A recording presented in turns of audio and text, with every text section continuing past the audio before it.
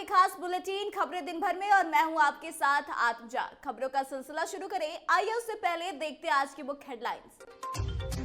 NDA में अगले 24 घंटों में ही हो जाएगा सीटों का बंटवारा। भाजपा महासचिव विनोद तावड़े का बड़ा ऐलान। पवन सिंह ने किया बड़ा घोषणा, लड़ेंगे लोकसभा चुनाव। बिहार में 11 सीटों पर एआईएमआईएम उतारेगी उम्मीदवार। सीमांचल की 4 सीटों के अलावा यह सीटें शामिल। मंत्रिमंडल विस्तार को लेकर जीतन राम मांझी का दावा, 15 मार्च को हो जाएगा मंत्रिमंडल का विस्तार। तेजस्वी यादव ने गिनवाई मजबूरी, पिछली सरकार की खोल दी पोल। नित्यानंद राय का राजद पर हमला, राजद के कारण 17 महीने में बिहार का विकास रहा ठप। मनीष कश्यप ने कर दिया बड़ा ऐलान, इस नेता को दे डाली चुनौती। कांग्रेस के टिकट पर लोकसभा चुनाव लड़ेंगी नेहा सिंह राठौर, इस बात से मिले संकेत। पटना सिविल कोर्ट में जोरदार धमाका, अब तक 3 वकीलों की मौत। एसबीआई ने हलफनामा दायर कर एससी को दी चुनावी बॉन्ड की जानकारी, देखिए क्या है आंकड़े। अब खबरें विस्तार में। भारतीय जनता पार्टी के महासचिव विनोद तावड़े ने बड़ा ऐलान करते हुए कहा है कि अगले 24 घंटे में बिहार में एनडीए के घटक दलों के बीच सीटों का बंटवारा हो जाएगा।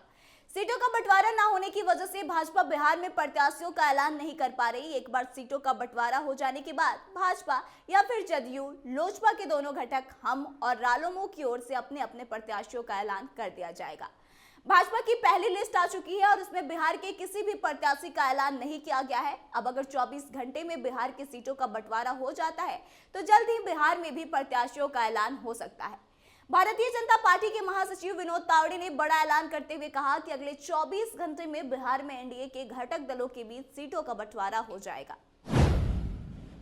भोजपुरी एक्टर पवन सिंह ने बड़ा ऐलान किया है। उन्होंने बुधवार को एक्स पर चुनाव लड़ने की घोषणा की है। पवन सिंह ने लिखा कि मैं अपने समाज, जनता जनार्दन और मां से किया हुआ वादा पूरा करने के लिए चुनाव लड़ूंगा।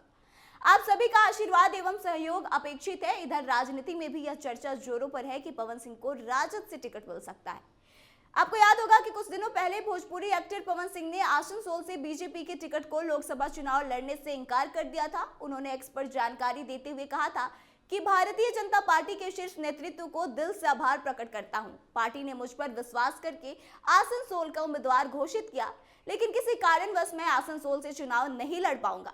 ऐसे में अब उम्मीद जताई जा रही है कि पवन सिंह राजद के टिकट पर आरा से चुनाव लड़ेंगे।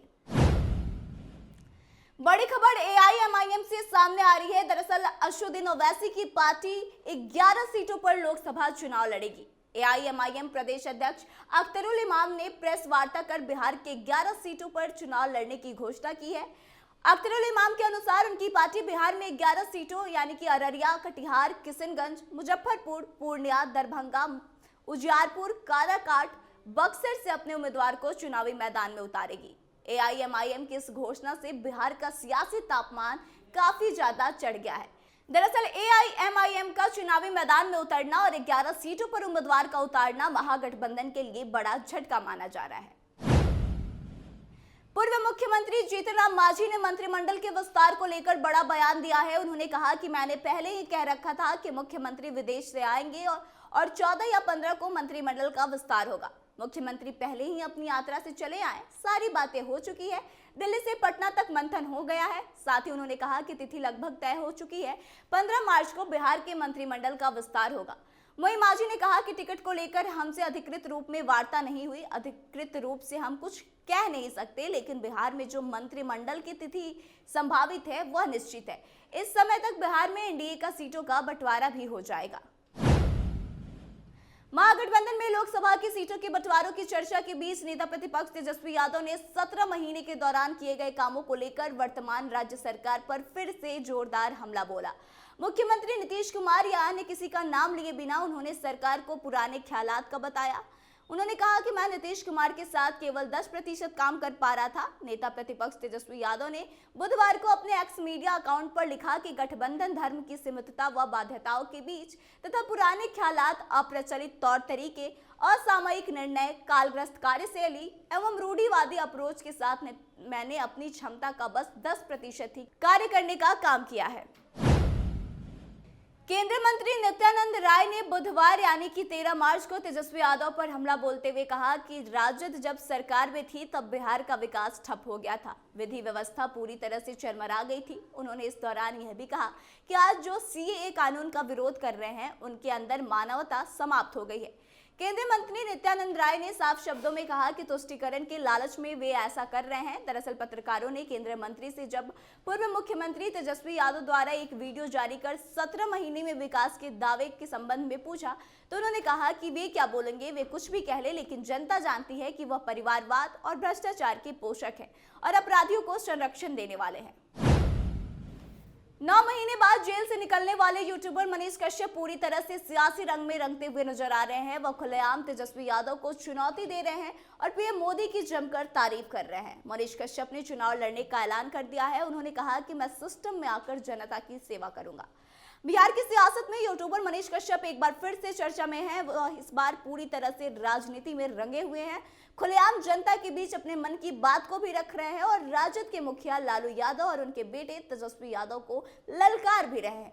इसी बीच उनका एक वीडियो फिर से वायरल हो रहा है जिसमें उन्होंने नेताओं को उनकी जिंदगी के साथ खिलवाड़ करने का आरोप लगाया है। मनीष कश्यप ने एक ऐसा बयान दिया है जिससे नेताओं की नींद उड़ सकती है। लोकसभा चुनाव के लिए सभी दलों की ओर से अपने जिताऊ उम्मीदवारों को उतारने का सिलसिला शुरू हो चुका है। इस बीच जानकारी मिल रही है कि लोकगीत सिंगर नेहा सिंह राठौर भी लोकसभा चुनाव लड़ सकती हैं। सियासी गलियारों में चर्चा है कि नेहा सिंह राठौर को कांग्रेस पार्टी टिकट दे सकती है और उन्हें उत्तर पूर्वी दिल्ली से बीजेपी प्रत्याशी और भोजपुरी स्टार मनोज तिवारी के सामने उतारा जा सकता है। इससे पहले नेहा सिंह राठौर मुंबई में आयोजित कांग्रेस के प्रशिक्षण शिविर में पहुंची थी, जिसके बाद से सियासी गलियारों में अटकलों का दौर शुरू हो गया था। कहा जा रहा था कि मुंबई की किसी सीट से उनको मौका मिल सकता है, लेकिन बता दें कि नेहा सिंह अपने गानों से अक्सर बीजेपी पर निशाना साधती रहती है, इसलिए अनुमान लगाया जा रहा है कि अब उन्हें मनोज तिवारी के खिलाफ कांग्रेस टिकट दे सकती है। इस वक्त की बड़ी खबर राजधानी पटना से आ रही है, जहां सिविल कोर्ट में हादसा हुआ। यहां सिविल कोर्ट परिसर में लगा ट्रांसफार्मर अचानक से फट गया। इस घटना में अब तक 3 वकीलों की मौत हो चुकी है, जबकि कई लोगों की झुलसने की बातें भी कही जा रही है। दरअसल हर दिन की तरह बुधवार को भी कोर्ट में न्यायिक कार्य चल रहा था। इस दौरान कोर्ट परिसर में लगा ट्रांसफार्मर अचानक से ब्लास्ट कर गया। जोरदार धमाके से पूरा कोर्ट और आसपास का इलाका दहल गया। इस घटना के बाद मौके पर अफरा तफरी मच गई। हादसे में कई वकील और अन्य लोग झुलस गए। अब तक 3 वकीलों की मौत की बात भी सामने आ रही है, हालांकि आधिकारिक तौर पर इसकी पुष्टि नहीं हो पाई है। भारतीय स्टेट बैंक ने बुधवार को चुनावी बॉन्ड मामले में सुप्रीम कोर्ट में एक हलफनामा दायर किया है। इस हलफनामे में 15 मार्च 2024 तक खरीदे गए और कैश कराए गए चुनावी बॉन्ड का विवरण शामिल किया गया। इसके बाद एसबीआई की तरफ से उपलब्ध कराए गए आंकड़ों के मुताबिक 1 अप्रैल 2019 से लेकर उसी साल 11 अप्रैल तक कुल 3,340 बॉन्ड खरीदे गए। इनमें से कुल 1609 बॉन्ड कैश कराए गए हैं। एसबीआई की तरफ से जो जानकारी दी गई उसमें कहा गया है कि 12 अप्रैल 2019 से 15 फरवरी तक कुल 22,217 चुनावी बॉन्ड खरीदे गए। 20,421 बॉन्ड कैश कराए गए। इससे पहले एसबीआई ने सुप्रीम कोर्ट के आदेश पर मंगलवार शाम को निर्वाचन आयोग को उन संगठनों का विवरण सौंपा जिन्होंने अब समाप्त हो चुके चुनावी बॉन्ड खरीदे थे और राजनीतिक दलों ने उन्हें प्राप्त किया था। तो आज के इस खास बुलेटिन में बस इतना ही। आगे की तमाम खबरों के लिए बने रहे हमारे साथ, देखते रहे कैपिटल टीवी बिहार। धन्यवाद।